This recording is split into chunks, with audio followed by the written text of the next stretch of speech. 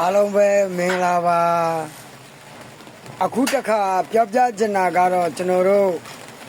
လူတွေပေါ့နော်ကျွန်တော်တို့လူတွေရဲ့ခုံးကံနဲ့ပတ်သက်လို့ပေါ့လေခုံးကံနဲ့ပတ်သက်ပြီးမှနိုင်ကြတတ်တဲ့အားတွေကိုနည်းနည်းလောက်ပြောပြချင်တာပါအဲ့တော့ခုနှစ်သားသမီးတို့ကျွန်တော်တို့ဒီတချို့နေရာတွေမှာပေါ့နော်အိမ်တွေကဝင်းကျဲအိမ်ကျဲမရှိဘူးเนาะဝင်းနေရန်လေးတွေကတေးသေးလေးတွေနောက်တစ်ခုကအိမ်ခန်းလေးတွေနဲ့နေရတယ်တချို့တွေကြတော့လဲဝိုင်းကျဲတော့ရှိပါတယ်ဒါမဲ့အမတ်တမဲ့ကိုအဆင်ပြေတယ်လို့လောက်ကြတာပေါ့နော်ကျွန်တော်တို့ဝင်းတကားတွေထဲမှာအိမ်တကားတွေထဲမှာအဝတ်တွေလမ်းတာပေါ့အဝတ်တွေလမ်းတဲ့ထဲမှာကအထူးသဖြင့်ပြောမှဆိုလို့ရှိရင်ပစိုးလုံးကြီးဘောင်းမီပေါ့နော်ပစိုးလုံးကြီးဘောင်းမီအဓိကခါဝစ်ပစ္စည်းပေါ့မင်္ဂလေးစကတ်ဟလာနော်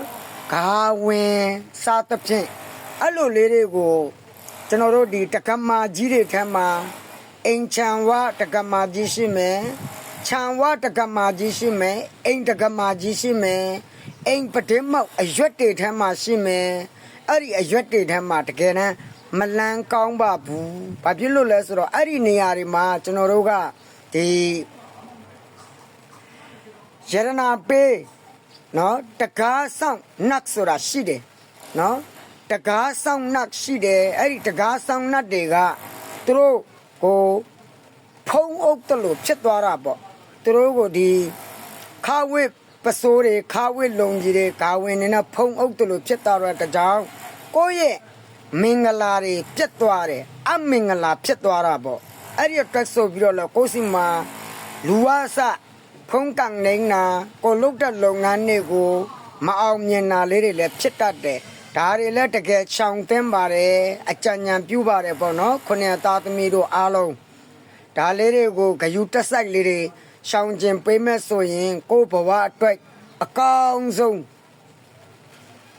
နော်ဖြစ်လာမှာဖြစ်ပါတယ်အကောင်းဆုံးလေးတွေရရှိမှာပါ